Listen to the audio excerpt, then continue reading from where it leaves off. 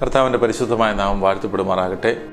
ബ്രഹ international മിനിസ്ട്രീസിൻ്റെ the word of truth എന്ന ഈ ബൈബിൾ പഠന പരമ്പരയിലേക്ക് ഏവരെയും വീണ്ടും സ്വാഗതം ചെയ്യുന്നു. കഴിഞ്ഞ നാളുകളിൽ ഈ ബൈബിൾ പഠനം അനേകരുടെ ആത്മിക ജീവിതത്തിൽ അനുഗ്രഹമായിരുന്നുവെന്ന് ഞങ്ങൾക്ക് മനസ്സിലാക്കുവാൻ സാധിച്ചിട്ടുണ്ട്. തുടർന്നും ഈ പ്രവർത്തനത്തെ ഓർത്ത് നിങ്ങൾ പ്രാർത്ഥിക്കണം. തുടർന്ന് ദൈവവചന പഠനത്തിനായി നമ്മുടെ ഹൃദയങ്ങളെ ഏകാഗ്രമാക്കാം. കർത്താവ് നമ്മെ ധാരാളമായി അനുഗ്രഹിക്കുമാറാകട്ടെ.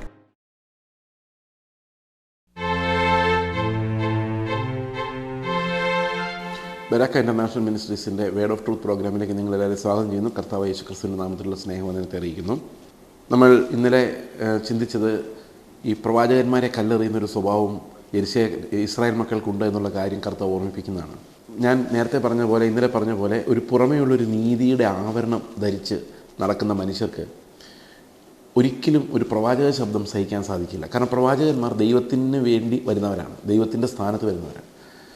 പുരോഹിതൻ മനുഷ്യർക്ക് വേണ്ടി ദൈവത്തോട് സംസാരിക്കുമ്പോൾ പ്രവാചകൻ ദൈവത്തിന് വേണ്ടി മനുഷ്യരോടാണ് സംസാരിക്കുന്നത്. നമ്മൾ ഇന്ന് കാണുന്ന പ്രവാചകന്മാരെ പോലല്ല അന്നുണ്ടായിരുന്നു. അവർ ദൈവം പറഞ്ഞു വിടുന്ന ആൾക്കാരായിരുന്നു, അഭിഷിക്തന്മാരായിരുന്നു. ഇന്ന് അഭിഷിക്തൻ ക്രിസ്തു മാത്രമേ ഉള്ളൂ, ബാക്കിയുള്ള കൃപാവരങ്ങളാണ്.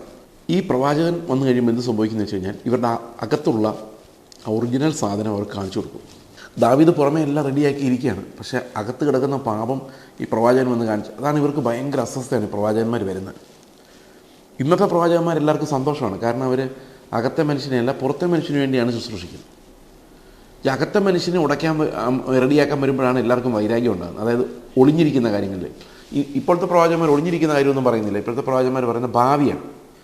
അതായത് നാളെ നിനക്ക് വിസ ലഭിക്കാൻ പോകുന്നോ, അല്ലെങ്കിൽ ജോലി കിട്ടും. അപ്പോൾ നമുക്ക് സന്തോഷമാണ്, കിട്ടിയില്ലെങ്കിലും കുഴപ്പമില്ല. അത് കേൾക്കുമ്പോൾ ഉണ്ടാകുന്നൊരു സുഖം എന്ന് പറയുന്നത് അതൊരു പ്രധാനപ്പെട്ട കാര്യമാണ്. അപ്പോൾ ഇന്നത്തെ പ്രവാചകന്മാരെ പോലെയല്ല അന്നത്തെ പ്രവാചകന്മാരെ.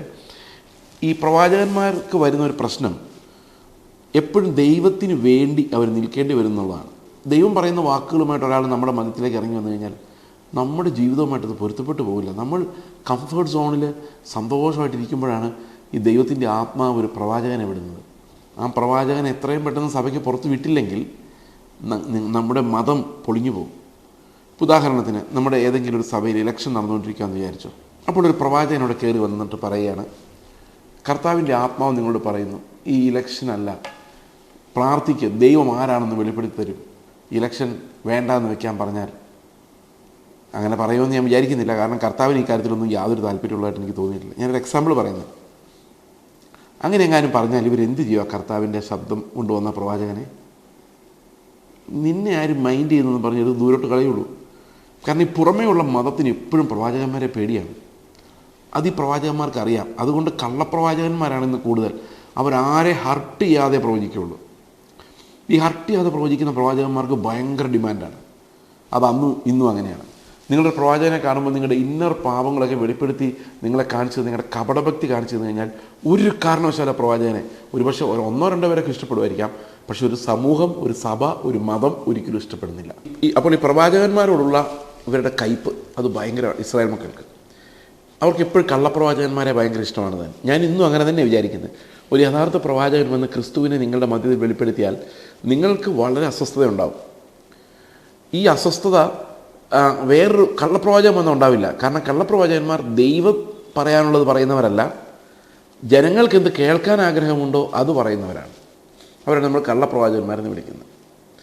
യഥാർത്ഥ പ്രവാചകൻ ദൈവത്തിൻ്റെ ശബ്ദമായി മാറുമ്പോൾ കള്ളപ്രവാചകൻ ജനങ്ങളുടെ ശബ്ദമായി മാറും. ജനങ്ങളെ പ്രസാദിപ്പിക്കുന്നു, ജനങ്ങൾക്ക് ഇഷ്ടമുണ്ടാക്കുന്നു. എന്നാൽ ദൈവത്തിൻ്റെ പ്രവാചകൻ കല്ലേറിനെ ഭയപ്പെടുന്നില്ല, മരണത്തെ ഭയപ്പെടുന്നില്ല. കാരണം ദൈവം അവന് കൊടുത്തത് സംസാരിക്കാതിരിക്കാൻ അവന് പറ്റുകയില്ല. അതെപ്പോഴും മനുഷ്യരുടെ പ്രകൃതത്തിനെതിരായിരിക്കും. അതെപ്പോഴും അവരെ രക്ഷിക്കാൻ വേണ്ടിയുള്ളതായിരിക്കും. അത് എപ്പോഴും ക്രിസ്തുവിൻ്റെ സ്വഭാവത്തെ വെളിപ്പെടുന്നതായിരിക്കും. അങ്ങനൊരു പ്രവാചകനെ സഹിക്കാൻ ഇന്നത്തെ ഒരു വ്യവസ്ഥാപിത സഭകൾക്കും സാധ്യമല്ല.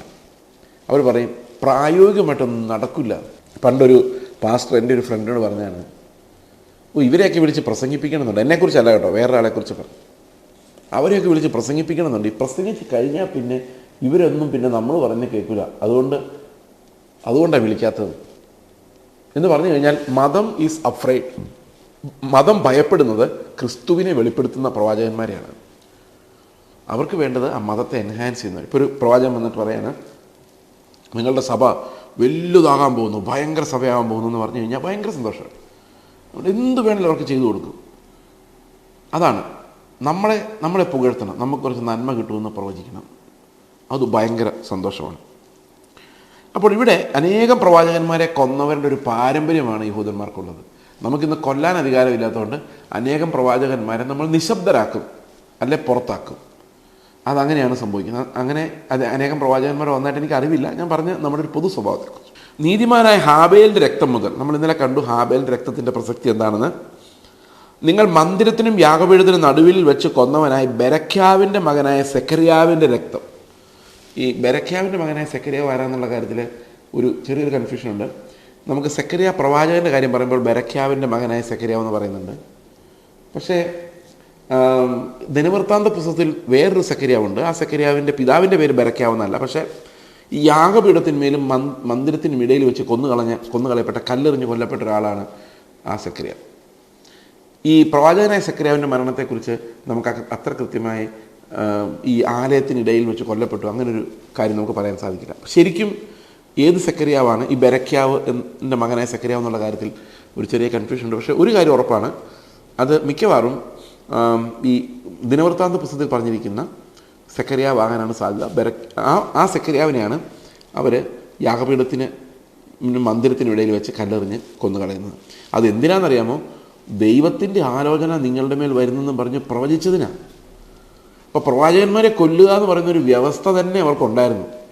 കാരണം ഇവനെ വെച്ചുകൊണ്ടിരിക്കരുത്. യേശുക്രിസ്തുവിനെ കുറിച്ച് അത് തന്നെയാണ് അവർ ചിന്തിക്കുന്നത്. ഈ പ്രവാചകന്മാരെ സഹിക്കാൻ പറ്റത്തില്ല. അതുകൊണ്ട് കള്ളപ്രവാചകന്മാർ ഇഷ്ടം പോലെ പെരുകും. അവർ മനുഷ്യരുടെ പ്രസാദം വാങ്ങിക്കാൻ വേണ്ടി മാത്രമുള്ള കള്ളപ്രവാചകന്മാർ ഇഷ്ടം പോലെ ലോകത്ത് പെരുകും. ഓക്കെ, എന്നിട്ട് പറയുകയാണ്, ഇതൊക്കെയും ഈ തലമുറമേൽ വരും എന്ന് ഞാൻ സത്യമായിട്ട് നിങ്ങൾ പറഞ്ഞു. അതുകൊണ്ട് ഈ തലമുറമേൽ വരുന്നത് എന്തുകൊണ്ടാണെന്നറിയാമോ? പ്രവാചകന്മാരെ വിട്ട് അവസാനം കർത്താവ് സ്വന്തം പുത്രനെ വിട്ടു. അപ്പോൾ ഈ തിന്മ മുഴുക്കുക എന്ന് പറയും, തിന്മ മുഴുത്തു വരുന്ന ഒരു കാലഘട്ടം, ഈ സ്വയനീതിയും കപടഭക്തിയും നിറഞ്ഞ് തുളുമ്പി അത് ദൈവത്തോടുള്ള ഭയങ്കരമായ റിബല്യനായിട്ട് മാറുന്ന സമയത്താണ് കർത്താവ് വരുന്നത്. അപ്പോൾ കർത്താവ് വരുന്ന ടൈം എന്ന് പറയുന്നത് സ്വയനീതിയുടെ ഒരു ക്ലൈമാക്സിലേക്ക് മനുഷ്യൻ പോകുന്ന, ഇസ്രായേൽ മക്കൾ പോകുന്ന ഒരു ടൈമിലാണ് വരുന്നത്. അപ്പോൾ തീർച്ചയായിട്ടും അവർക്ക് ഒട്ടും സഹിക്കാൻ പറ്റാത്ത ഒരാളാണ് ഈ കർത്താവ്. കാരണം കർത്താവ് പരീശന്മാരെ തകർത്തുകൊണ്ടാണ് പ്രസംഗിക്കുന്നത്, കപടഭക്തിയെ തകർത്തുകൊണ്ടാണ് പ്രസംഗിക്കുന്നത്. അവരുടെ മതം പൊളിഞ്ഞു പോവുകയാണ്, അവർക്ക് സഹിക്കാൻ പറ്റത്തില്ല. കാരണം ഒരധ്വാനവുമില്ലാതെ മനുഷ്യരെ ചൂഷണം ചെയ്ത് ജീവിക്കാം എന്നുള്ള ഒരു തത്വത്തിൽ ആണ് ഇന്ന് മതങ്ങൾ മുമ്പോട്ട് പോകുന്നത്. എല്ലാ മതത്തിൻ്റെയും ബേസിക് ടെനറ്റ് എന്ന് പറയുന്നത് ഒരർത്ഥത്തിൽ പറഞ്ഞാൽ മനുഷ്യരെ ഭയപ്പെടുത്തി ചൂഷണം ചെയ്യുക എന്നുള്ളത് തന്നെയാണ്. പക്ഷേ മതം എന്ന് പറയുന്നത് ദൈവം എന്ന വാക്ക് ഉച്ചരിക്കുന്നത് കൊണ്ട്, ദൈവത്തെ എല്ലാവർക്കും പേടിയായതുകൊണ്ട് ഇവരിങ്ങനെ ജയിച്ചു പോകുന്നു, രക്ഷപ്പെട്ടു പോകുന്നു എന്ന് മാത്രമേ ഉള്ളൂ. കർത്താവ് പറയാണ് ഇതെല്ലാം ഈ തലമുറമേൽ വരും. കാരണം എന്താണെന്നറിയോ? കർത്താവ് അയക്കുന്ന യേശു കർത്താവിനെ ക്രൂശിൽ വിടുന്നതോടെ ഈ പ്രവാചകന്മാരെ കല്ലെറിയുകയും കൊല്ലുകയും ചെയ്യുന്ന ആ ഇസ്രായേൽ മക്കളുടെ സ്വഭാവത്തിൻ്റെ ക്ലൈമാക്സ് അതായിരിക്കും, പുത്രനെ കൊല്ലുക. That will be the climax. ദൈവമയച്ച ദൈവമായ മനുഷ്യൻ്റെ സദൃശ്യത്തിൽ ശരീരവുമായി മരണമനുഭവിക്കാൻ വേണ്ടി ഒരു അല്പം താഴ്ച വന്ന, അത് ദൂതന്മാരെ പോലെ അല്ലാത്തൊരു ശരീരവുമായിട്ട് ഈ ഭൂമിയിലേക്ക് ഇറങ്ങി വന്നിട്ട് ഇവിടെ പുത്രൻ നടക്കുമ്പോൾ അവനെ കൊന്നുകളെ എന്ന് പറഞ്ഞു കഴിഞ്ഞാൽ that will be the climax of human rebellion against God. അപ്പോൾ അതാണ് കർത്താവ് പറയുന്നത്, നിങ്ങളുടെ ഈ ശിക്ഷ ഈ തലമുറയിൽ തന്നെ, അത് ഈ തലമുറ തീരുന്നതിന് മുമ്പ് നിങ്ങൾ ഇത് നേരിടേണ്ടി വരുമെന്ന് കർത്താവ് പറയുന്നു. 37 വാക്യം പറയുന്നു, യെരൂശലേമേ യെരൂശലേമേ, പ്രവാചകന്മാരെ കൊല്ലുകയും നിൻ്റെ അടുക്കൽ അയച്ചിരിക്കുന്നവരെ കല്ലെറിയുകയും ചെയ്യുന്നവളെ, കോഴി തൻ്റെ കുഞ്ഞുങ്ങളെ ചെറുകിൻ കീഴിൽ ചേർക്കും പോലെ നിൻ്റെ മക്കളെ ചേർത്ത് കൊള്ളുവാൻ എനിക്ക് എത്ര വട്ടം മനസ്സായിരുന്നു, നിങ്ങൾക്ക് മനസ്സായില്ല, നിങ്ങളുടെ ഭവനം ശൂന്യമായി തീരും. അപ്പോൾ ഇവിടെ ഒരു പ്രധാനപ്പെട്ടൊരു വിഷയം വരുന്നത്, രക്ഷയെ സംബന്ധിച്ച് പലരും പറയുന്നൊരു കാര്യമാണ് കുക്കുട ന്യായം എന്ന് പറഞ്ഞു കഴിഞ്ഞാൽ, കോഴി ഇങ്ങനെ ചിറക് വിരിച്ച് വെച്ചിട്ട് വിളിക്കും, സൗകര്യമുള്ളവരൊക്കെ ഓടി കയറിക്കോണം എന്നുള്ള ഒരു കുക്കുട ന്യായം പലരും പറയാറുണ്ട്. അല്ല, ദൈവം ആരെയും ഈ പൂച്ച എടുത്തുകൊണ്ട് പോകുന്നതിൽ എടുത്തുകൊണ്ട് പോവുകയില്ല, കോഴി വിളിക്കുന്നവർ വിളിക്കുകയുള്ളൂ, അതുകൊണ്ട് സൗകര്യമുള്ളവർ കയറി ചെന്നാൽ രക്ഷപ്പെടാം എന്ന് സാധാരണ പറയുന്നത്. പക്ഷേ മാനുഷികമായിട്ട് നോക്കിയാൽ അത് ശരിയുമാണ്. എന്നാൽ ഇവിടെ നമ്മൾ മനസ്സിലാക്കേണ്ട ഒരു കാര്യം, പഴയ ഉടമ്പടിയുടെ ഒരു പ്രത്യേകതയാണ്, പഴയ ഉടമ്പടി ഈസ് ബേസ്ഡ് ഓൺ വർക്ക്സ്. അതായത് ദൈവം അവർക്ക് ഓഫർ ചെയ്യുന്ന നിങ്ങൾ ചെയ്യുന്ന പ്രവൃത്തികളെ കുറിച്ച്, ആ പ്രവൃത്തികളാണ് അവിടുത്തെ റീസൺ. അപ്പോൾ അവിടുത്തെ ഒരു പ്രധാന വിഷയം എന്ന് പറയുന്നത് മനുഷ്യരുടെ wilful obedience from their own human flesh, ആ ഒരു ഒബീഡിയൻസ് ആണ് അവിടെ, ഹൃദയനുറുക്കത്തോടു കൂടിയുള്ള ഒരു ഒബീഡിയൻസ് ആണ് കർത്താവ് അവിടെ പ്രതീക്ഷിക്കുന്നത്. എന്നാൽ അത് പറയാൻ വരുന്ന പ്രവാചകന്മാരെ എന്തു ചെയ്യുന്നു? അവർ കല്ലെറിയുകയും കൊല്ലുകയും ചെയ്യുന്നു. അപ്പോൾ ഒബീഡിയൻസ് പറയുമ്പോൾ നമ്മളൊരു കാര്യം ആലോചിക്കണം. പുതിയ നിയമത്തിലെ പോലെ ആത്മാവിൻ്റെ പ്രമാണങ്ങളല്ല അവിടെ നൽകിയിരിക്കുന്നത്. ഒരു ഹ്യൂമൻ നീതി, അതായത് ദൈവത്തിങ്കിലേക്ക് വിരൽ ചൂണ്ടുന്ന, ദൈവത്തിൻ്റെ അടുത്ത് എത്തുന്നതെന്ന് ഒരിക്കലും പറയാൻ പറ്റില്ല, ദൈവത്തിങ്കിലേക്ക് പോയിന്റ് ചെയ്യുന്ന, ഒരു ആത്മീക ദാരിദ്ര്യം ഉണ്ടാക്കുന്ന, പോരാ എന്ന് ചിന്തിപ്പിക്കുന്ന, എന്നാൽ അനുസരിക്കാൻ പറ്റുന്ന ആ ഒരു മനുഷ്യൻ്റെ നീതിയുടെ ലെവലിൽ കർത്താവ് പഴയ നിയമത്തിൽ കൊടുത്ത നീതിയുടെ അനുസരണം, ഓക്കെ, ആ അനുസരണം ഇവരെ കൊണ്ട് സാധിക്കില്ലായിരുന്നു. അതുപോലും ഇവരെ കൊണ്ട് സാധിക്കില്ലായിരുന്നു. യെരുശലേമേ പ്രവാചകന്മാരെ കൊല്ലുകയും, അപ്പോൾ അതുകൊണ്ട് കർത്താവ് പറയുകയാണ്, കോഴി ചിറക് വിരിക്കുന്ന പോലെ ഞാൻ ഈ കൽപ്പന നിങ്ങൾക്ക് വേണ്ടി കാത്തിരുന്ന ഒരൊറ്റ ആൾ പോലും വന്നില്ല, ഓക്കെ, നിങ്ങൾക്കതിന് മനസ്സായില്ല എന്ന് കർത്താവ് പറയുന്നു. നിങ്ങളുടെ ഭവനം ശൂന്യമായി തീരും. അപ്പോൾ എത്ര പെട്ടെന്ന് ഇതിന് തിരിച്ചടി വരും എന്ന് കർത്താവ് പ്രവചനാത്മകമായിട്ട് പറയുകയാണ്. കർത്താവിൻ്റെ നാമത്തിൽ വരുന്നവൻ അനുഗ്രഹിക്കപ്പെട്ടവനെന്ന് നിങ്ങൾ പറയുവോളം നിങ്ങൾ ഇനി എന്നെ കാണുകയില്ല എന്ന് ഞാൻ നിങ്ങളോട് പറയുന്നു. അപ്പോൾ പ്രവാചകന്മാരെ കല്ലെറിയുകയും കൊല്ലുകയും ചെയ്യുന്ന ആ ഒരു പാരമ്പര്യം, ആ ഒരു വിക്കറ്റ് പാരമ്പര്യം ഈ ഇസ്രായേൽ മക്കൾക്കുണ്ടായിരുന്നു. അതിൻ്റെ കാരണം അവരിലുണ്ടായിരുന്ന കപടഭക്തിയാണ്. ഇന്നും നമ്മൾ ചുറ്റുമുള്ള സമൂഹങ്ങളിൽ നോക്കുമ്പോൾ ഈ കപടഭക്തി പലപ്പോഴും നമുക്ക് ചെയ്യുന്ന ദ്രോഹം എന്താണെന്ന് വെച്ച് കഴിഞ്ഞാൽ, അത് ഇതുപോലെ തന്നെ പ്രവാചകന്മാരെ തള്ളിക്കളയുകയും കർത്താവിൻ്റെ പത്യവചനത്തെ നിരസിക്കുകയും ചെയ്ത് കർണരസമാകുമാറുള്ള കഥകൾ കേൾക്കാനും ഒക്കെ പോകുന്ന ഒരു കാലം ആണ് നമ്മുടെ മുമ്പിൽ നിൽക്കുന്നത്. ഞാൻ കഴിഞ്ഞ ദിവസം CSI ഒരു പൊതു ആരാധന പുസ്തകം വായിക്കാനിടയായി. എത്ര ഭംഗിയായിട്ടാണ് അതിനത് രക്ഷയെക്കുറിച്ച് എഴുതി വെച്ചിരിക്കുന്നത്. പക്ഷെ അവിടെ വന്നിരിക്കുന്ന ആൾക്കാരോട് ചോദിച്ചു കഴിഞ്ഞാൽ അവർക്കൊന്നും അറിയത്തില്ല. അവർക്ക് ഈ വാക്യങ്ങളുടെ അർത്ഥമൊന്നും അറിഞ്ഞിട്ടല്ല അവർ പറയുന്നത്. They are following A tradition. അപ്പോൾ ഞാൻ ആലോചിച്ചു, എല്ലാ മതങ്ങളിലും ഇങ്ങനെ തന്നെയാണ് സംഭവിച്ചിരിക്കുന്നത്. ഒരു കാലം കഴിഞ്ഞപ്പോഴേക്കും അതെല്ലാം വരണ്ടുണങ്ങി ഒന്നുമില്ലാത്തതായിട്ട് പോയി. പക്ഷേ പ്രിയ സഹോദരങ്ങളെ, ഇപ്പോഴും ആ കർത്താവിനെ അന്വേഷിക്കുന്ന ആ ചെറിയൊരു സംഘം, അവിടെ പിതാവിനെ ആകർഷിക്കപ്പെടുന്ന ഒരു ചെറിയൊരു സംഘം, ഇസ്രായേൽ മക്കൾ ഇത്രയും പേര് പോയി എന്ന് പറയുമ്പോഴും അതിനിടയിലും കർത്താവിന് വേണ്ടി വേർപിരിയുന്ന കുറച്ച് ആൾക്കാരുണ്ട്. അത് നമ്മൾ കർത്താവിൻ്റെ പുനരുത്ഥാനത്തിന് ശേഷമാണ് കാണുന്നത്. അനേകം യഹൂദന്മാർ കർത്താവിൽ വിശ്വസിച്ച് വരുന്നുണ്ട്. So there is always a remnant.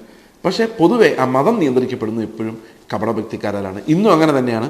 ഇന്ന് കാണുന്ന പെന്തക്കോസ്ത് മതമായാലും ഏത് മതമായാലും നിയന്ത്രിക്കപ്പെടുന്ന കപടഭക്തിക്കാരാണ്. അവർ വിശ്വസിക്കുന്ന കാര്യങ്ങളല്ല അവർ നിങ്ങളോട് പറയുന്നത്. അവർക്ക് ദൈവത്തെ ഭയമില്ലാതായിട്ട് വളരെ നാളുകളായി. ദൈവമുണ്ടോ എന്ന് വരെ സംശയമുള്ള ആളുകൾ ഇവരുടെ ഇടയിലുണ്ട്. കർത്താവ് വരുമെന്നൊക്കെ ചുമ്മാ പറയുന്നതെന്ന് വിശ്വസിക്കുന്ന അനേകം ലീഡേഴ്സ് ഇന്ന് ഈ സാധാരണ സഭകളിലൊക്കെ ഉണ്ട്. പക്ഷേ അവർ മനുഷ്യർക്ക് മുമ്പിൽ വിളങ്ങേണ്ടതിന് അവർ ദൈവത്തെ ഉയർത്തുന്നത് മാത്രമേ ഉള്ളൂ. So there is no faith in many of these people എന്നുള്ള കാര്യമാണ് നമ്മൾ മനസ്സിലാക്കേണ്ടത്. അന്ന് എങ്ങനെയാണോ അങ്ങനെ തന്നെയാണ് ഇന്നും.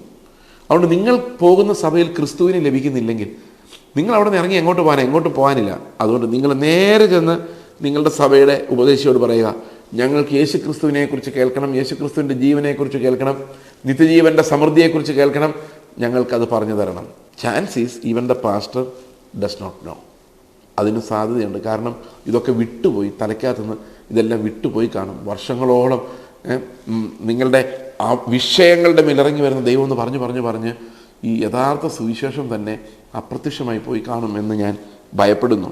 അപ്പോൾ ഇങ്ങനെ കർത്താവ് പറയാണ്, രണ്ട് തരത്തിൽ ദൈവത്തോട് പ്രതികരിക്കുന്നവർ രണ്ട് തരത്തിൽ. ഒന്ന് സ്വന്തം നീതിയിൽ ആശ്രയിക്കുന്ന കായിനും, മറ്റൊന്ന് എല്ലാത്തിനെയും യാഗമാക്കുന്ന ഹാബേലും തമ്മിലുള്ള ഒരു കോൺഫ്ലിക്റ്റാണ് ഇന്ന് യഥാർത്ഥ വിശ്വാസവും പത്യോപദേശവും ഇന്ന് ചുറ്റും കാണുന്ന മതാത്മകതയും തമ്മിലുള്ള വ്യത്യാസവും. ഇത് രണ്ടും ഒരേപോലെ, അതായത് കായിൻ്റെ ഒരു വലിയ വംശം നരകത്തിലേക്ക് പോകുമ്പോൾ ഹാബേലിൻ്റെ ഒരു ചെറിയ കൂട്ടം നിത്യജീവനിലേക്ക് പ്രവേശിക്കുന്നു. അതുപോലെ തന്നെ രണ്ട് പട്ടണങ്ങൾ, രണ്ട് വ്യക്തികൾ, കായിനും ഹാബേലും. അതുപോലെ രണ്ട് പട്ടണങ്ങളുമുണ്ട്. യെരുശലേം സ്വർഗത്തിൽ നിന്ന് ഇറങ്ങി വരുമ്പോൾ മഹദിയാം ബാബിലോൺ, മനുഷ്യനിർമ്മിതമായ ബാബിലോൺ എന്നേക്കുമായുള്ള നാശത്തിലേക്ക് വീഴുന്നു. The whole history of humanity is the history of two cities and also it's a history of two human beings, Cain and Abel. അതാണ് ഹാബേലിൻ്റെ രക്തത്തെ അത്രയും ഗ്ലോറിഫൈ ചെയ്ത് വചനം സംസാരിക്കാനുള്ള കാരണം. The blood of Abel explains God's plan about these two cities, these two people. Okay, അപ്പോൾ ഇതാണ് നമ്മൾ ഈ 23-ാം അധ്യായത്തിൽ മനസ്സിലാക്കുന്നത് 2 തരത്തിലുള്ള റിലീജിയൻ, 2 തരത്തിലുള്ള മതാത്മകത അല്ലെങ്കിൽ ദൈവവിശ്വാസം. ഒന്ന് മതത്തിൽ ആസ്പദമാക്കിയും മറ്റൊന്ന് ട്രൂത്തിനെ ആസ്പദമാക്കിയും ഉള്ളതാണ്. ഈ രണ്ടും തമ്മിലുള്ള വ്യത്യാസം നമ്മൾ മനസ്സിലാക്കേണ്ടത് ആവശ്യമാണ്. ഇതാണ് മത്തായിയുടെ സുവിശേഷം 23-ാം അധ്യായത്തിൽ നമ്മൾ കാണുന്നത്. എപ്പോഴും ഭക്തി ഇല്ലായ്മയേക്കാളും അപകടകരമാണ് കപടഭക്തി. അതുകൊണ്ടാണ് പലപ്പോഴും നിരീശ്വരവാദികൾ കപടഭക്തിക്കാരെക്കാളും ഭേദമായിട്ട് നമുക്ക് തോന്നുന്നത്. കാരണം മതം പലപ്പോഴും ദൈവഭയം എടുത്തു കളയുകയാണ്. ആ മതം മനുഷ്യരെ സ്നേഹിക്കുന്നതിൽ നമ്മളെ തടയുക ചെയ്യുന്നത്. അപ്പം നിങ്ങൾ ഒരു സെറ്റ് ഓഫ് പ്രമാണങ്ങൾ വെച്ച് ദൈവത്തെ മെഷർ ചെയ്യാൻ ശ്രമിച്ചു കഴിയുമ്പോൾ എന്ത് സംഭവിക്കും? അങ്ങനെ അല്ലാത്തവരോടുള്ളൊരു വെറുപ്പ് നമ്മുടെ ഉള്ളിലുണ്ടാകും. പരീശന്മാർക്കും ശാസ്ത്രിമാർക്കും ഒന്നും പാപികളെ കണ്ടാൽ സഹിക്കാൻ പറ്റില്ല. അവരെ രക്ഷിക്കണമെന്നല്ല അവർക്ക് തോന്നുന്നത്, അവരുടെ പുച്ഛമാണ് തോന്നുന്നത്. കാരണം ഒരു കപടഭക്തി നമ്മുടെ ഉള്ളിലേക്ക് വന്നു കഴിഞ്ഞാൽ നമുക്ക് മനുഷ്യരെ സ്നേഹിക്കാനുള്ള കഴിവ് നഷ്ടപ്പെടും. നിങ്ങൾ എപ്പോഴെങ്കിലും നിങ്ങൾ അഭിനയിക്കുന്നവരാണോ? പ്രാർത്ഥിക്കുന്നവരായി അല്ലെങ്കിൽ ആത്മീകരായി അല്ലെങ്കിൽ ദൈവത്തെ സ്നേഹിക്കുന്നവരായി അഭിനയിക്കാറുണ്ടോ മറ്റുള്ളവരുടെ മുമ്പിൽ? കുറച്ചൊക്കെ അത് വളർന്ന് വലുതാകാനുള്ള സാധ്യതയുണ്ട്. കാരണം കപടഭക്തി ഒരു അസാരം പുളിമാവ് എന്ന് പറഞ്ഞ പോലെയാണ്. അത് മുഴുവനും നശിപ്പിക്കാൻ കപ്പാസിറ്റി ഉള്ളൊരു സാധനമാണ് ഈ കപടഭക്തി. ഒരിക്കലും ദൈവത്തിന് മുമ്പിൽ നമ്മൾ അഭിനയിക്കുന്നവരാകരുത്. നമ്മുടെ ഹൃദയം എപ്പോഴും തുറന്നു കിടക്കണം. ഇത് മനുഷ്യരോടെല്ലാം തുറന്നു പറയേണ്ട കാര്യമൊന്നുമില്ല, എൻ്റെ ബലഹീനതകളും പാപങ്ങളും, അതല്ല. വി നീഡ് ടു അണ്ടർസ്റ്റാൻഡ് നമ്മൾ ഒന്നുമല്ല ദൈവത്തിന് മുമ്പിൽ. അത് ഒരു പ്രൈമറി പ്രിൻസിപ്പിളായിട്ട് നമ്മുടെ ഉള്ളിൽ എപ്പോഴും വേണം. കാരണം നമ്മൾ ഒരു പ്രവൃത്തി കൊണ്ടും ദൈവം പ്രസാദിക്കുന്നില്ല, ഒരു പ്രവൃത്തി കൊണ്ടും ദൈവം തൃപ്തനാകുന്നില്ല. ക്രിസ്തുവിലല്ലാതെ ആരിലും ഒരു മഹത്വവും പിതാവ് കാണുന്നില്ലെന്നുള്ള കാര്യം അതെപ്പോഴും നമ്മുടെ ഉള്ളിലുണ്ടാകണം. ഇങ്ങനെ കപടഭക്തി ജയിക്കാൻ ഒരു വഴിയേ ഉള്ളൂ. എവറി ടൈം കർത്താവുമായിട്ട് നമ്മളെ കമ്പയർ ചെയ്തുകൊണ്ടിരിക്കുക, യേശു ക്രിസ്തുവുമായിട്ട് കമ്പയർ ചെയ്യുക. കമ്പാഷൻ വരുമ്പോൾ, സ്നേഹത്തിൻ്റെ വിഷയം വരുമ്പോൾ, നീതിയുടെ വിഷയം വരുമ്പോൾ ക്രൂശിൽ മരിച്ച കർത്താവിനെ ഓർത്തുകൊള്ളുക. അങ്ങനെ മാത്രമേ കപടഭക്തിയിൽ നിന്ന് രക്ഷപ്പെടാൻ സാധിക്കുകയുള്ളൂ, അല്ലെങ്കിൽ സ്വയനീതീകരണത്തിൽ നിന്ന് രക്ഷപ്പെടാൻ സാധിക്കുകയുള്ളൂ. നിങ്ങൾ ആലോചിച്ചിട്ടുണ്ടോ ഏദൻ തോട്ടത്തിൽ വെച്ച് എന്തുകൊണ്ടാണ് ഒറ്റ പാപം ചെയ്തതോടുകൂടി ആദമിനെ ഹവ്വനെ പുറത്തിറക്കി വിട്ടത്? ഇനി മേലെ ഇങ്ങോട്ട് കയറരുതെന്ന് പറഞ്ഞ ദൂതന്മാരെ വെച്ചത് എന്തുകൊണ്ടാണ്? കർത്താവ് ഒരു ചാൻസും കൂടെ കൊടുക്കാതിരുന്നത്.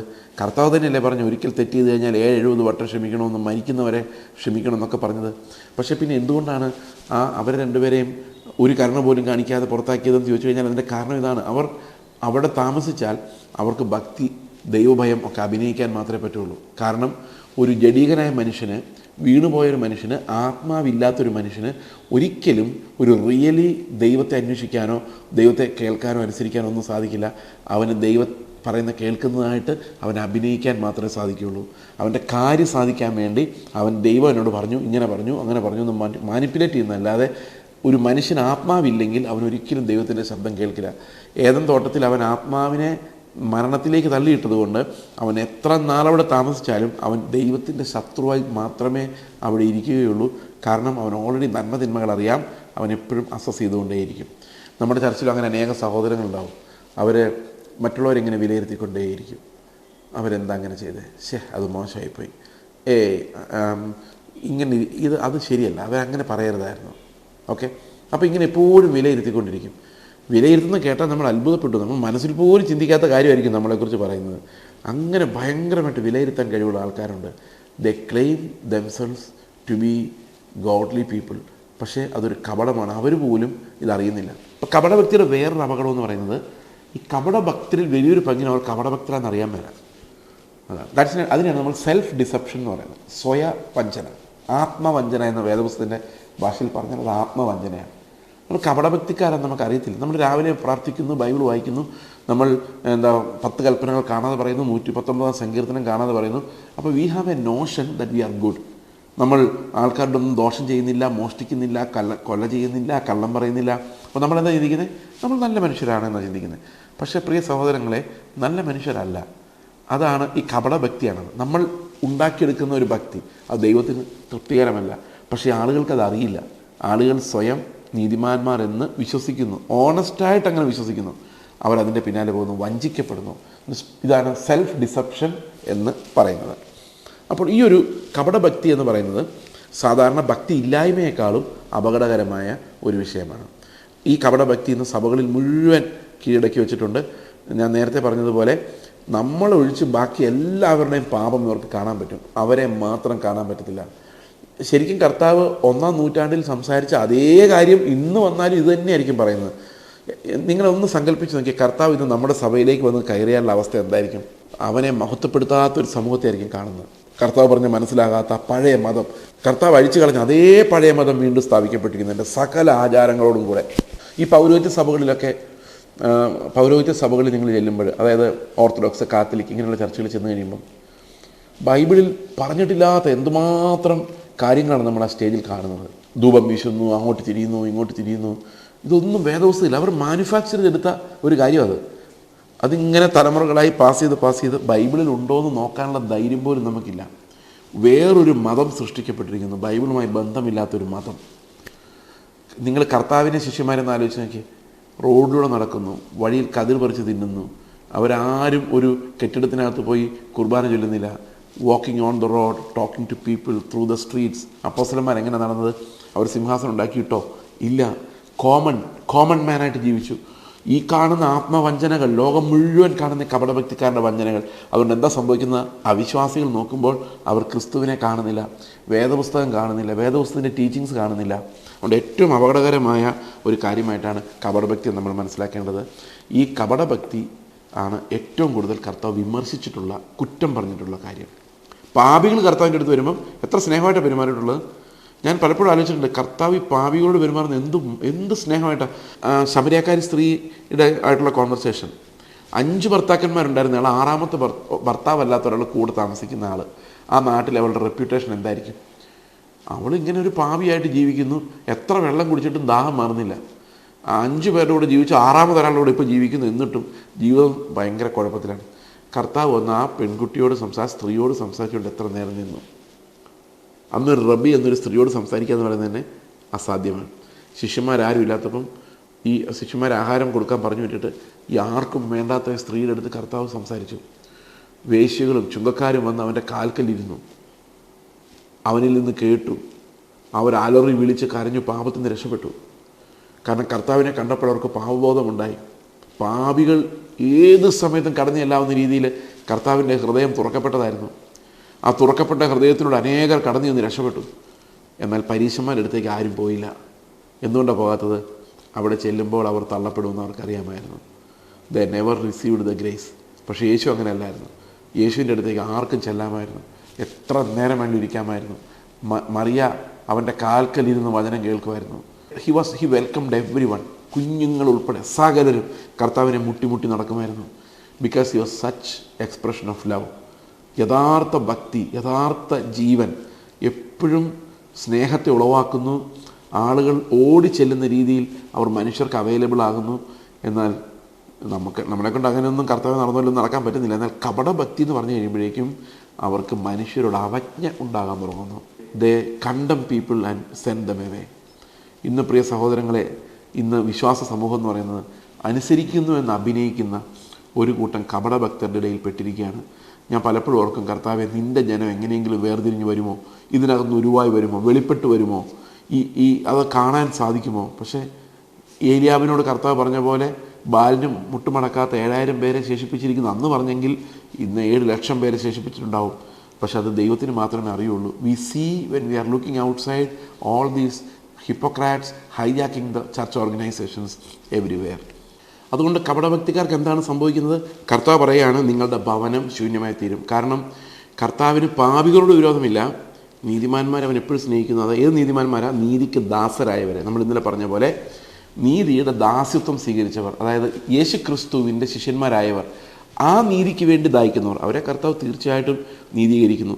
എന്നാൽ കപടഭക്തിക്കാർക്ക് എന്ത് സംഭവിക്കും എന്ന് പറഞ്ഞു കഴിഞ്ഞാൽ ഇവിടെ പറയുന്നത്, നിങ്ങളുടെ ഭവനം ശൂന്യമായി തീരും എന്ന് പറഞ്ഞു കഴിഞ്ഞാൽ അതിനർത്ഥം വലിയൊരു ശാപം, വലിയൊരു കോപം, ദൈവത്തിൻ്റെ കോപം ഈ കപടഭക്തിക്ക് നേരെ വരുന്നു എന്നുള്ളതാണ്. പ്രിയ സഹോദരങ്ങളെ, നമ്മൾ ആരും ദൈവത്തിന് മുമ്പിൽ പെർഫെക്റ്റ് അല്ല. പക്ഷേ ദൈവത്തിന് മുമ്പിൽ നമ്മൾ അഭിനയിക്കരുത്. Before God we should be open. Before people we should never pretend to be righteous. നമ്മൾ നീതിമാന്മാരെന്ന് വിചാരിച്ച് മറ്റുള്ളവരുടെ മുകളിൽ വലിയ ചുമടുകൾ എടുത്ത് വെക്കരുത്. കാരണം ദൈവത്തിൻ്റെ ത്രാസിൽ ആ തൂക്ക് കട്ട വെച്ച് നോക്കുമ്പോൾ നമ്മളെല്ലാം കുറവുള്ളവരായി കാണപ്പെടുമ്പോൾ ഇതിനിടയിൽ എഴുന്നേറ്റ് നിന്നുകൊണ്ട് നമ്മൾ വേറൊരാളെ വിധിക്കരുത്. നമ്മൾ നീതിമാന്മാരെന്ന് ചമയരുത്. കാരണം നമ്മൾ നീതിമാന്മാരല്ല. അങ്ങനെ വരുന്നവർ, അങ്ങനെ ചമഞ്ഞുകൊണ്ട് മറ്റുള്ളവരെ വിധിക്കുന്നവർ, എടുത്താൽ പൊങ്ങാത്ത ഭാരം മറ്റുള്ളവരുടെ മേൽ വെക്കുന്നവർ, സ്ഥാനമാനങ്ങൾ അന്വേഷിച്ചുകൊണ്ട് പള്ളിയിൽ മുഖ്യാസനവും അങ്ങാടിയിൽ വന്ദനവും റബ്ബി എന്നുള്ള പേരും അന്വേഷിച്ചുകൊണ്ട് നടക്കുന്നവർ സൂക്ഷിച്ചു കൊള്ളുക എന്ന് കർത്താവ് പറയുന്നു. കാരണം ഈ കപടഭക്തിക്കാരുടെ അന്ത്യം വളരെ വേദനാജനകമായിരിക്കും. കാരണം ദൈവം അവരെ കൈവിടും, മനുഷ്യർക്ക് അവരെ മനസ്സിലാകും. It will be A sad end for them. ഇത് വലിയ ശക്തമായൊരു വാണിംഗാണ്. കാരണം കർത്താവ് ഇവരോട് മാത്രമേ വാണിംഗ് കൊടുത്തിട്ടുള്ളൂ, ഇവരെ മാത്രമേ വഴക്ക് പറഞ്ഞിട്ടുള്ളൂ. ഈ പരീശന്മാരെ ശാസ്ത്രിമാരെ അല്ലാതെ ഒരാളെപ്പോലും യേശു കർത്താവ് അന്ന് ചുറ്റുമുള്ള മതങ്ങളെപ്പോലും വഴക്ക് പറഞ്ഞില്ല. മറ്റ് മതങ്ങളുടെ ആചാരങ്ങളെ തൊട്ട് സംസാരിച്ചതേയില്ല. ജാതികൾ എത്ര പേരുണ്ടായിരുന്നു അവിടെ, അവരെക്കുറിച്ചൊന്നും ഒരു കുറ്റവും പറഞ്ഞില്ല. അവിടെ യവനന്മാരുണ്ടായിരുന്നു, അന്യാരാധനക്കാരുണ്ടായിരുന്നു, ടെമ്പിൾസ് ഉണ്ടായിരുന്നു, യാഗങ്ങളുണ്ടായിരുന്നു. യേശു ക്രിസ്തു ആരെക്കുറിച്ച് ഒരു കുറ്റവും പറഞ്ഞില്ല. കാരണം കർത്താവിനറിയാം ഇതെല്ലാം അജ്ഞതയിൽ നിന്ന് സംഭവിക്കുന്നതാണ്, വെളിപ്പാടില്ലാത്തത് കൊണ്ടാണ് സംഭവിക്കുന്നത്, അജ്ഞതയിൽ നിന്ന് വരുന്നതാണ്. അവർ വഴക്ക് പറഞ്ഞിട്ട് എന്ത് കാര്യമുണ്ട്? പക്ഷേ ശരിക്കും കർത്താവ് ഈ വചനത്തെ എടുത്തിട്ട് കപടഭക്തി കാണിക്കുന്നവരെയാണ് വഴക്ക് പറഞ്ഞത്. മതത്തെ സൃഷ്ടിച്ച് അനേകരെ തടയുന്നവരെയാണ് കർത്താവ് ശാസിക്കുന്നതായിട്ട് നമ്മൾ കാണുന്നത്. ഇതൊരു മുന്നറിയിപ്പായിട്ട് നമ്മൾ എടുക്കേണ്ടത് ആവശ്യമാണ്. അതുകൊണ്ട് ശരിക്കും കപടഭക്തിക്കാരായ ശാസ്ത്രിമാരും പരീശന്മാരും കുരുടന്മാരായ വഴികാട്ടികൾ പോലെയാണ് നമ്മൾ കഴിഞ്ഞ ദിവസം കണ്ടു. കുരുടൻ വഴി കാണിച്ചു കഴിഞ്ഞാൽ എന്ത് സംഭവിക്കും? ഈ ആരെല്ലാം അവരുടെ കൈ പിടിക്കുന്നുണ്ടോ അവരെല്ലാം നരകത്തിൽ പോയി ചാടും. ഞാൻ ആലോചിക്കുമായിരുന്നു, എത്രയോ ആൾക്കാരാണ് ഈ പട്ടത്വ സഭകളിൽ നിന്നും CSI മർത്തോമ പോലുള്ള സഭകളിൽ നിന്നും ഹൈന്ദവ മറ്റ് മതങ്ങളിൽ നിന്നൊക്കെ വിശ്വാസം സ്വീകരിക്കുന്നത് വ്യക്തിപരമായിട്ട്. പക്ഷേ ഇവരെന്ന് ചെന്ന് ചാടുന്നത് ഏതെങ്കിലും ഒരു വ്യക്തിയുടെ അണ്ടറിലേക്കാണ്. അതായത് അവരെ വെച്ച് പണം ഉണ്ടാക്കുന്ന, അല്ലെങ്കിൽ മതത്തെ മാനിപ്പുലേറ്റ് ചെയ്യുന്ന, ക്രിസ്തുവിനെ മിസ്റെപ്രസെൻ്റ് ചെയ്യുന്ന ഏതെങ്കിലും ഒരാളുടെ കയ്യിലേക്കാണ് ഇവർ ചെന്ന് ചാടുന്നത്. അവരുടെ ജീവിതം മുഴുവൻ നഷ്ടപ്പെട്ടു പോവുകയാണ്. ഞാൻ പലയിടത്തും അത് കണ്ടിട്ടുണ്ട്. 1-2 ആൾക്കാരുടെ ആ വലിപ്പം കണ്ടിട്ട് സഭ ഉപേക്ഷിച്ച് ചെല്ലുകയാണ്. അവിടെ ചെന്നിട്ട് അവർക്ക് അതുമില്ല ഇതുമില്ലാത്ത അവസ്ഥയിലേക്ക് പോകുന്നു. ഇന്ന് ഇങ്ങനെയുള്ള അതുകൊണ്ടാണ് കർത്താവ് പറഞ്ഞത്, ഈ വഴിനീളം ചുറ്റി നടന്ന് ഇവരാളുകളെ പിടിക്കുന്നു, എന്നാൽ അവർ ചേർന്ന ശേഷം തങ്ങളെക്കാൾ ഇരട്ടിച്ച നരകയോഗ്യരാക്കി മാറ്റുന്നു. ഞാനൊരു ചോദ്യം കൂടെ ചോദിച്ചിട്ട് നമുക്ക് ഇന്നത്തെ ഈ സെഷൻ അവസാനിപ്പിക്കാം. അതായത് നിങ്ങൾ പലരും പല വിശ്വാസങ്ങളിൽ നിന്നൊക്കെ വന്നവരായിരിക്കും. ഒരുപക്ഷെ നിങ്ങളുടെ പൂർവ്വപിതാക്കന്മാർ വന്നവരായിരിക്കും. നിങ്ങൾ ഇന്ന് ഒരു പെന്തക്കോസ്റ്റൽ ചർച്ചോ അല്ലെങ്കിൽ ഏതെങ്കിലും ഒരു ഫ്രീ ചർച്ചോ ന്യൂ ജനറേഷൻ ചർച്ചോ ഏതെങ്കിലും ഒരു ചർച്ചിൽ അറ്റൻഡ് ചെയ്യുന്ന ഒരാളാണെങ്കിൽ യേശു ക്രിസ്തുവിൽ വീണ്ടും ജനിക്കുന്നത് എങ്ങനെ, വളരുന്നത് എങ്ങനെ, നിത്യജീവൻ്റെ ഉറപ്പ് പ്രാപിക്കുന്നത് എങ്ങനെ, വിശുദ്ധീകരണം പ്രാപിക്കുന്നത് എങ്ങനെ, പുതിയ നിയമത്തിൽ നിന്ന്, അപ്പോസ്തലിക ലേഖനങ്ങളിൽ നിന്ന്, ക്രിസ്തുവിൻ്റെ പഠിപ്പിക്കലുകളിൽ നിന്ന് നിങ്ങളുടെ സഭയിൽ കേൾക്കാറുണ്ടോ? യേശു ക്രിസ്തുവിനെ കുഞ്ഞാടിന് ആരാധന അർപ്പിക്കാറുണ്ടോ? ക്രിസ്തുവിനെ കാണാതെ വേറെ എന്തിലോ സെറ്റിലായി പോയിട്ടുണ്ടോ? നിങ്ങൾ അന്വേഷിച്ച് നോക്ക്. അങ്ങനെയാണെങ്കിൽ നിങ്ങളെ ആ മതത്തിൽ ചേർത്തവരെക്കാളും ഇരട്ടിച്ച നരകത്തിലേക്കാണ് നിങ്ങൾ പോകുന്നത്. അതായത് യേശു ക്രിസ്തു, അതുകൊണ്ട് അവസാനം ഈ 39-ാം വാക്യത്തിൽ കർത്താവ് പറയുന്നത് ഇങ്ങനെയാണ്: കർത്താവേ, നിൻ്റെ നാമത്തിൽ വരുന്നവൻ, അതായത് ക്രിസ്തു, അനുഗ്രഹിക്കപ്പെട്ടവനെന്ന് നിങ്ങൾ പറയുവോളം ഇനി നിങ്ങൾ എന്നെ കാണുകയില്ല. ഇത് ഞാൻ ആലോചിച്ചിട്ടുണ്ട്. ഇത് സഭയോട് ചിലപ്പോൾ ഇന്ന് കർത്താവ് പറയുന്നതായിരിക്കും. നിങ്ങൾ ഇനി എന്നെ കാണുകയില്ല. കാണണമെങ്കിൽ കർത്താവ് വാഴ്ത്തപ്പെട്ടവൻ എന്ന് പറയണം. പക്ഷെ അങ്ങനെ പറയാൻ പോലും ഇത് സാധിക്കുന്നില്ല. കാരണം അതിനേക്കാളും അനുഗ്രഹമായിട്ട് നമ്മൾ കാണുന്നത് നമ്മുടെ ചുറ്റുമുള്ള ഈ മായാവിലാസങ്ങളാണ്. അപ്പോൾ ശരിക്കും ദൈവത്തെ അന്വേഷിക്കുന്നവർ തന്നെ ഇല്ല. അപ്പോൾ കർത്താവ് പറയണം, നിങ്ങൾ ഇനി എന്നെ കാണണമെങ്കിൽ, ദൈവത്തിൻ്റെ അനുഗ്രഹത്തിൻ്റെ വശത്തിലേക്ക് വരണമെങ്കിൽ നിങ്ങൾ ഇങ്ങനെ തന്നെ പറയണം: കർത്താവിൻ്റെ നാമത്തിൽ വരുന്നവൻ അനുഗ്രഹിക്കപ്പെട്ടവൻ നിങ്ങൾ പറയുവോളം നിങ്ങൾ ഇനി എന്നെ കാണുകയില്ല. അപ്പോൾ കർത്താവ് പോകുന്ന വഴിക്ക് യഹൂദന്മാരോട് പറയുന്നൊരു വാക്കുകൂടിയാണിത്. യഹൂദന്മാരോട് പറയുകയാണ്, നിങ്ങൾ ഒരു ദിവസം ഞാൻ അനുഗ്രഹിക്കപ്പെട്ടവൻ എന്ന് പറയും. ദൈവത്തെ പ്രസാദിപ്പിക്കാൻ ആലയത്തിലേക്ക് പോയി കല്ലിനിടയിൽ പോയിരുന്ന് ദൈവത്തെ ആരാധിക്കുന്ന ഒരു കാലം അസ്തമിക്കാൻ പോകുന്നു. കർത്താവ് മരിക്കുന്നതോടുകൂടി ദേവാലയത്തിൻ്റെ, ലിറ്ററൽ ദേവാലയത്തിൻ്റെ പ്രസക്തി ഇല്ലാതാകാൻ പോകുന്നു. അതുപോലെ ഇതെന്നേക്കുമായിട്ട് നശിച്ചു പോകാൻ പോകുന്നു എന്ന് കർത്താവോട് പറയുന്നു. അത് കഴിഞ്ഞപ്പോൾ ശിഷ്യന്മാർ അവൻ്റെ അടുക്കൽ ചെന്നിട്ട് പറഞ്ഞു, ഇതൊക്കെ എപ്പോൾ സംഭവിക്കുമെന്ന് പറഞ്ഞപ്പോൾ കർത്താവിനോട് ഇങ്ങനെ ചോദിക്കുകയാണ്: അതെപ്പോൾ സംഭവിക്കും?